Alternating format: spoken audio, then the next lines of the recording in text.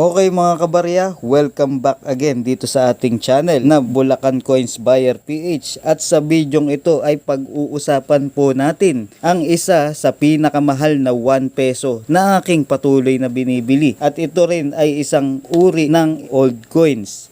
So ipapakita po natin sa inyo.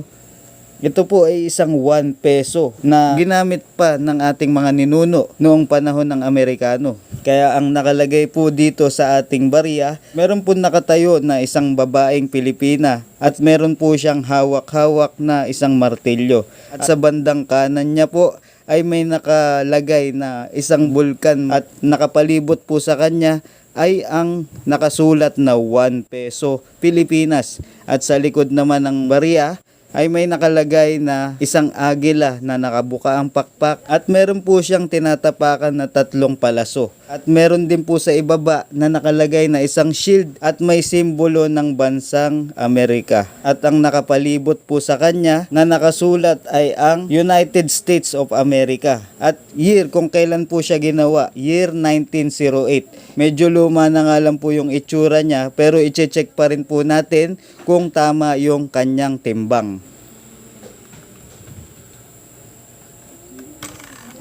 So ayan, 20 grams po ang nakalagay, saktong-sakto po sa timbang dahil 20 grams lang naman itong ating barya. So baligtarin natin mga kabarya. So ayan, sakto pa rin, 20 grams. So sa makatuwid, tama lang po ang kanyang timbang.